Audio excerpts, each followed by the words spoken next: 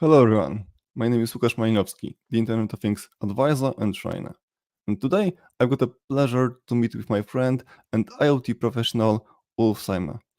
Ulf has operated in IoT space for quite a long time now, in acting various roles, including the Chief Innovation Officer, Chief Technology Officer, Business Owner, and the board member of the IoT Alliance. Hello Ulf, thank you for taking time to meet with me today.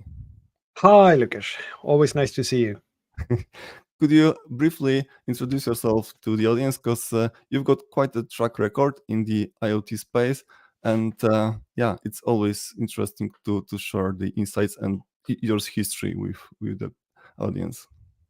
Oh, sure. Well, I actually started in what we see to be the preamble of the IoT business in the early 1990s. So 1994, I got my first job, and I was connecting things remotely, monitoring water levels and pump pressures and so on in a SCADA system using wireless technology. And well, already way back then, we saved resources by reducing travel and being able to remote monitor things. And well, long story short, I'm still in this business, gathering insights and data from various sensors. And today, my day job is at the Induo as a chief innovation officer, and I also run another company called AKKR8, where we basically develop the sensors and IoT devices. And Induo is more of distribution. Yeah, so you've got a few companies when you participated in. So could you give us some hints about starting the IoT business? What are the most important factors that one needs to consider before actually starting the business focus on the Internet of Things? Well, one thing to remember is that starting any business is hard, right? And if you want to enter the Internet of Things, there are already many companies present on the market today. So if you can find your niche and well, make sure that you start the company with people that have the endurance to actually fulfill the IoT journey, because starting from scratch, building a company, it takes time and it takes energy. And in the beginning, you have to be fond of eating a lot of pasta and not going to Michelin restaurants, and then hopefully later on you will be able to join the restaurants.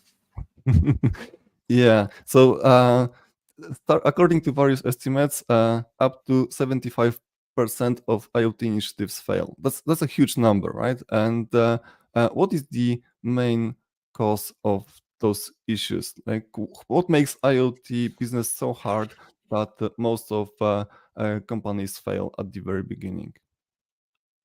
Well, I think there could be several aspects of this figure. One is that being a sort of a hype market where it has a lot of hype, it attracts people that thinks that just because the Internet of Things is a hype word, it's easy to build some company and scale it fast and sell it to someone else for large sums of money. The other thing I think is basically because, well, there are a lot of companies testing this as I think it's a new technology, and sometimes the business scope isn't really in place. They test it because it's fun. They really don't know where to where to go, so to say, what do they want to achieve. And I think that looking at it from a business perspective and involving the whole organization and understand where it fits into an organization, uh, well, that is fundamental to be successful with IoT. Yeah, I think that's a great point that IoT is not about technology at the end of the day, right? It's all about the business side. And if someone is focusing purely on the technology, because for me at least, technology is fun, right? But technology by itself does not provide any business value. So I'm totally agree with you that starting from the business mind perspective and keeping that perspective all the time actually increases your chances of success, right? But starting is one thing, and then how you can grow your business, because it is getting even more complicated after the initial launch. How do you scale an IoT business? What could you suggest as the owner and person that is very, very experienced in this area? I think the one of the most important things is to I'll say sometimes revert back to the original Apple strategy from the early 80s, late 70s, where you focus on just a few things and make sure that you do them really, really good, and that you also look at all the aspects of your offering and make sure that you have all the aspects in control, and don't try to do too many things at the same time. Just try to focus on bits and pieces and build it from there. Yeah, I think that keep it keep it simple is a great piece of advice as well. Because when we look at the potential of the IoT, like it got unlimited potential, right? But if you try to build like huge platform from the very beginning, probably you would fail. And on the flip side, building a huge platform doesn't really bring any value, right? Because we've got those hyperscalers that got huge platforms, and probably niching down on some specific business or maybe some specific vertical. I believe that would bring a bit more chances of success. Speaking about niching down and verticals, at what stage do you think should we look for the partners and should we build the trusted ecosystems? Because IoT is a huge field to play in, and there is probably no way to build all the know-how internally. So how do you think about partners, and how do you think about building that trusted ecosystem that helps you to achieve your mission? Yeah, I think it is very hard to be successful in all the different aspects of an IoT project. I mean, if I know there are people out there that they don't like the word ecosystem, but I'll use it anyway. And well, you can contact me later if you don't agree with the term. But I believe the IoT ecosystem consists of, simply put, a device, some kind of connectivity, and somewhere you store your data. And in some cases, you store your data and you access your data to get insights from the same platform. And in some cases, you just forward the data to another system that will interpret data. Could be some kind of presentation software. It could be your internal systems, your AI that will interpret data, and so on. But all these different aspects, it's hard to be expert at all of them. So I mean, we are experts in hardware. We work with partners for connectivity that can manage the connectivity layer, and we also work with partners that can help uh, data to be stored at the right place using uh, the best aspects of treating data to get the best integrity and so on. So I think that approaching the market, I would say that quite early on, decide who will be your partners at the different aspects of the ecosystem, who to work with, and it's just easier to consider this very early on, so you don't end up with a situation where you haven't looked at, well, you know, you have a product, but there's nowhere you can store your data. So it's just easier to incorporate the whole ecosystem from the start, I think. Yeah, I agree with you totally. And you mentioned that you provide hardware products, and there is a saying that hardware is hard. Would you agree with that statement? And if yes, what makes hardware part so hard in the IoT space? Yeah, it's hard. You can tell from my gray hair that it's hard. It's physically straining to work with hardware. No, but seriously, I come from the background of distributing products. So the first 25 years in this business, I was a distributor.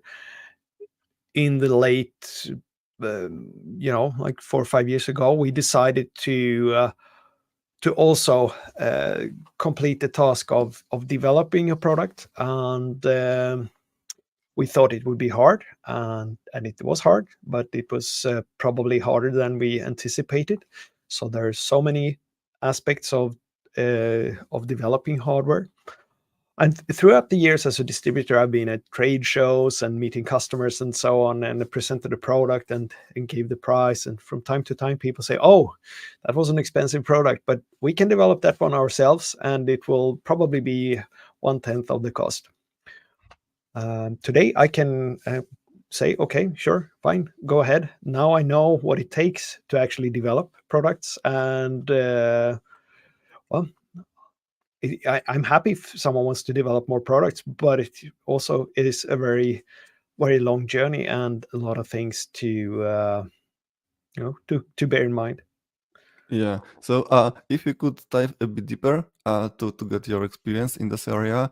So, what we should factor in when launching a hardware solution, right? So, even Mm. before the launch, if you just want to create something because you think that you can, as in your example, someone may think I can do that cheaper and it's going to be better than the competition.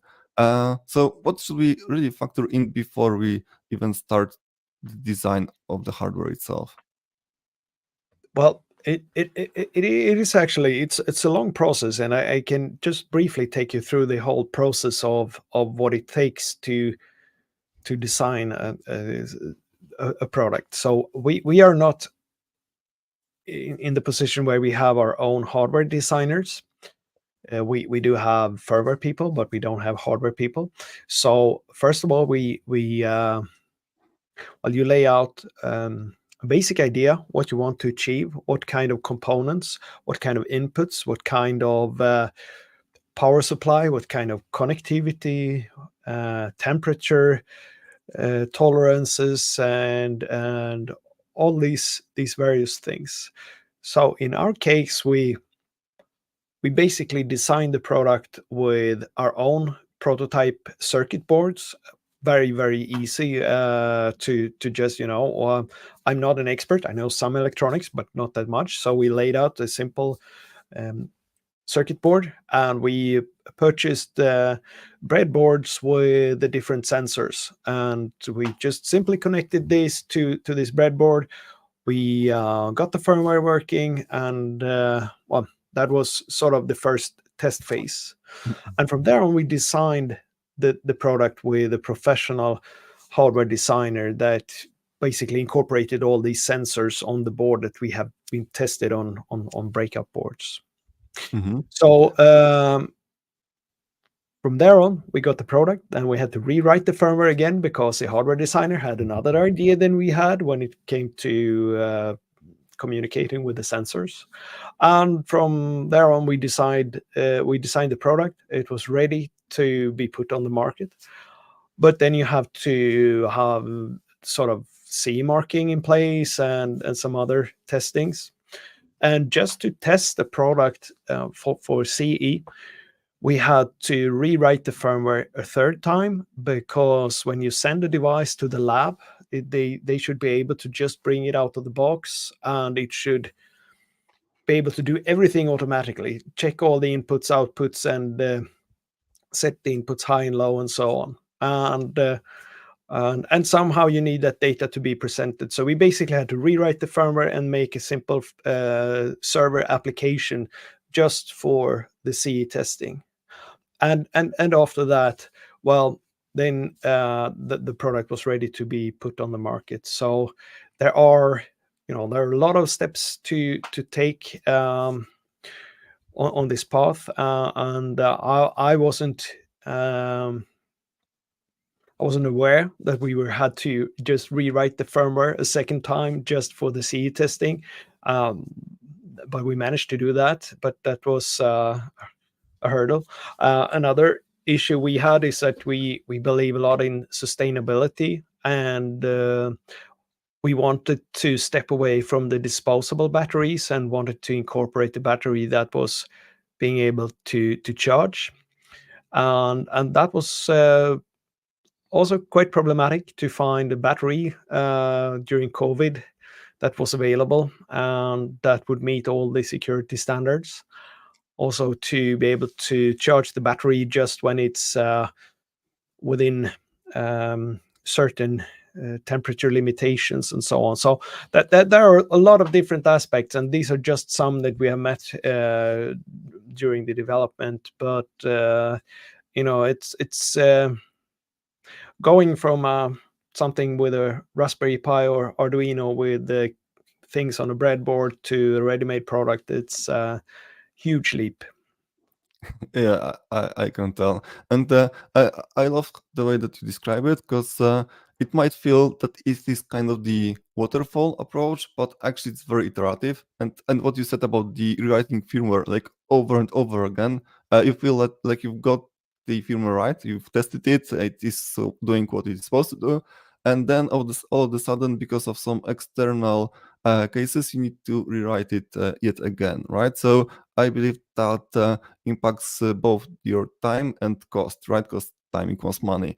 And probably this is one of the hidden reasons why so many IoT initiatives fail, because you've got some plan, like your roadmap, right? You've got your budget, and like it is pretty impossible to meet the time and the budget that you got at least the first time, right? And Yeah. what you're saying, it looks like it proves that you basically do not know what you're doing during the first time around. And what about the second and third time around? Do you can narrow down the issues and be a bit more better prepared to the whole Yeah. journey? Or what would you suggest? What are the lessons learned that you've got right now, for instance?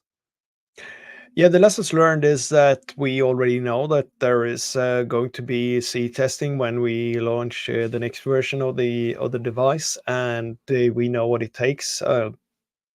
Luckily, I believe we have most of it saved from the first test, so it wouldn't be that hard. Um, so the lessons learned is that well, you can dream that it will cost a certain amount of money, and you may have a budget for that. And as you say, Lukas, I believe that you're often shooting way over the target, and you just have to understand that.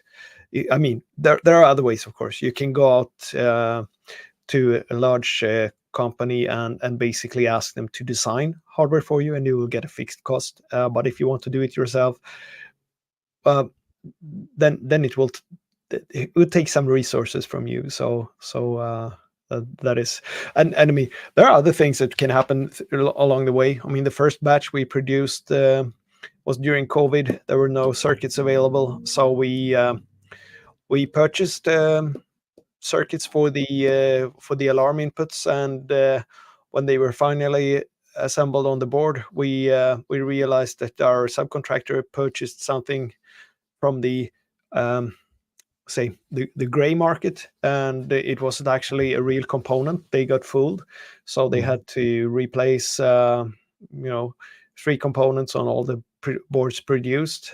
Luckily that wasn't on our account, but there was no way from the outside you can tell the fake from the real component.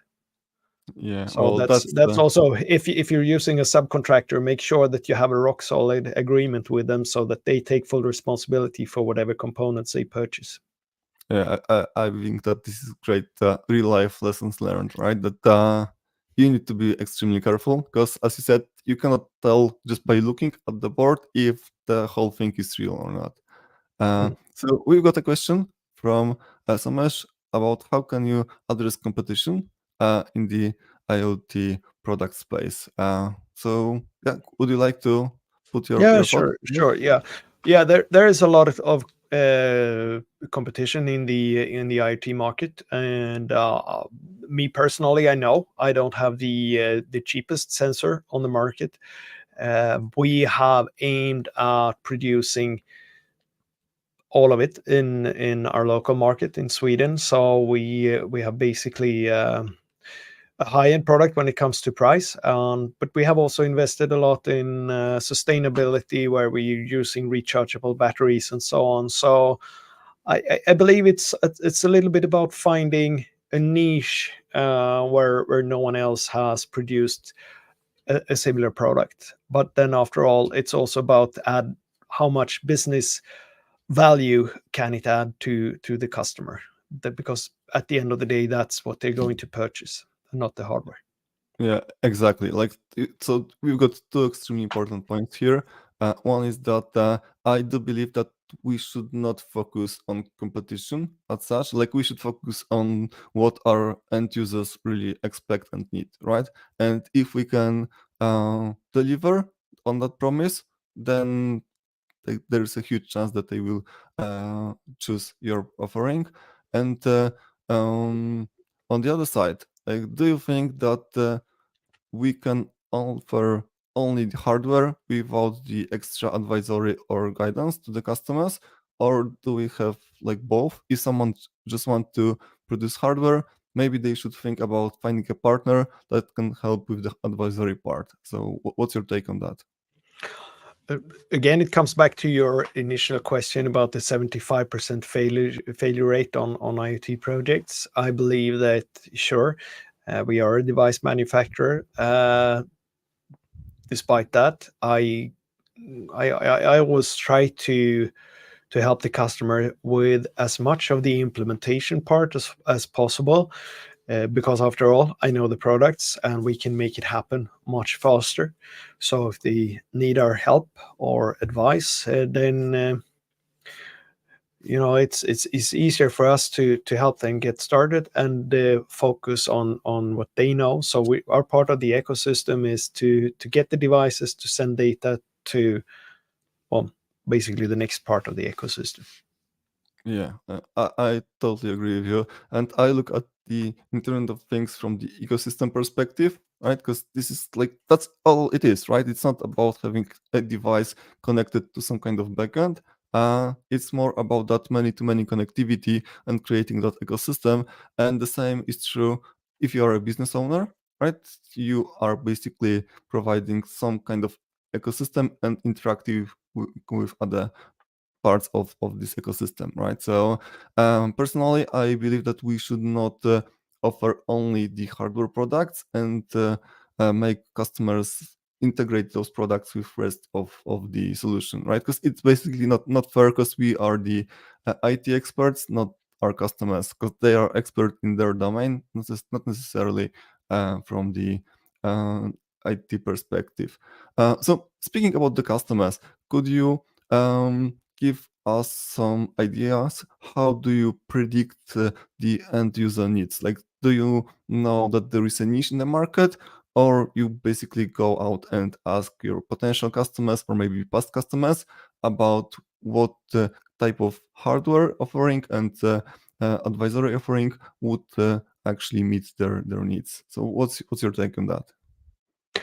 I believe that we designed the product from the market needs, or basically we designed our product to be able to fit different market needs, because we know that over time, when you produce a hardware platform, there will be new applications, and especially in this market where things are happening really, really fast. So we wanted to make sure that we have a device that could meet various needs. Um, I believe the most important thing is to don't do too much before you actually have a solid business case. I mean, there are tons of interesting discussions out there, and I mean, everything is possible as far as I see it. It's just a matter of hardware, software, and imagination. But it's sometimes very draining to run in one direction and be involved in a project that doesn't fly, so to say. So it's much better to be gentle and talk to your customers and find something with true potential, get some commitments, and then just execute on that.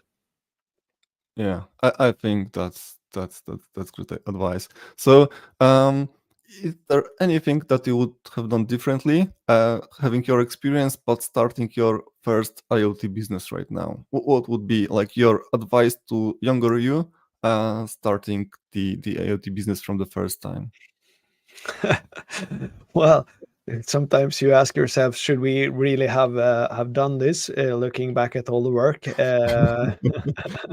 Yeah, well, maybe the answer is just do something else, right? uh, That no. But seriously, I wouldn't advise myself to do that. But just to, I think that it is to look at the situation and be realistic about what time it takes to actually fulfill the dream or the project. And I'm an optimist when it comes to time, calculating. So um, if I would advise my younger self, I would just say that okay, this is the time it will take, and now multiply it with a factor of 5, and you will have the answer. That's close enough based on my Yeah. experience. Yeah, like you should really put extra time and budget aside. Yeah. Okay. So going back to our current date, what services do you offer? Because like as I said, you wear a few hats in the IoT space. So if you could briefly summarize for everyone listening your current services and how can people reach out to you if they're interested in cooperating with you? Yeah, sure. So we are.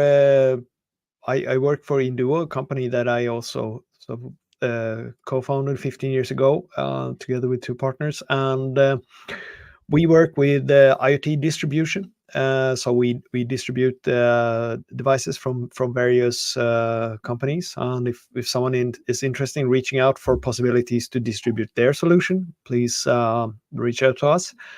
And also I'm running this other company, AKKR8, where we have developed sensors for the IoT market to basically cover different sensor needs and to send data to various platforms like AWS, ThingsBoard, Azure, IoT Hub, and whatnot. So that's basically my two roles. Perfect. So, Ulf, once again, thank you very much for taking time to meet with me, to share experience with the audience, because I'm sure that it will help anyone considering starting the IoT business to be a bit more, on the safe side and maybe uh, go against the odds and actually succeed in the first run. Very interesting. Thank you very much, Lucas, for having me, and always nice to have a chat with you. Yeah, perfect. So, thank you, everyone. Once again, I'm Łukasz Malinowski, the Internet of Things advisor and trainer, and I will speak to you next time. Bye bye.